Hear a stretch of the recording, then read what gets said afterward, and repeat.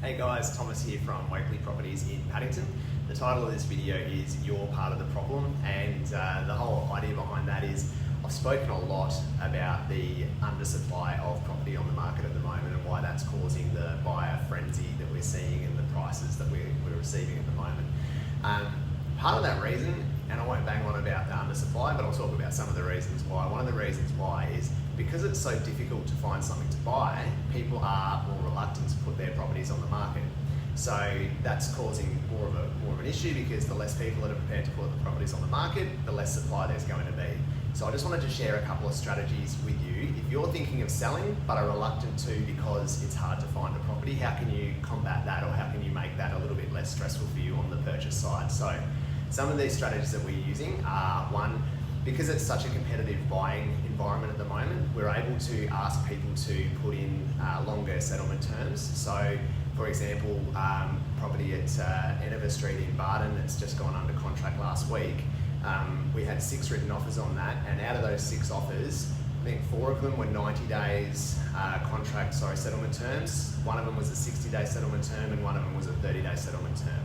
So the majority of the people were open to the fact that they were going to have to make their offer more appealing to the seller by making it a longer settlement term. So having 3 months now, the sellers of that property have now got 3 months to go out and find a property that's going to suit them. Another option that we've had is where we've got a 90-day settlement, but we've also got a rent back built in. So rather than the seller of that property having to go and find a property immediately, maybe spend every weekend out there and then buy a property that's maybe not quite right for them, or spend too much, or just, like I said, buy the first thing that comes up versus the right one. It gives them an opportunity to stay in their own home, paying rent, and go out there looking well and not under pressure to move immediately. It also saves them having to move twice, so renting a property for an interim, then settling on another place. So yes, they're renting, but they're renting where they were already living, right? So that's another strategy there.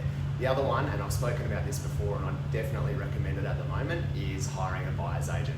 So these guys have got access to off-market opportunities. While you're probably not going to get a bargain at the moment, there aren't any bargains, you are likely to see some more options or opportunities than you are out there looking by yourself.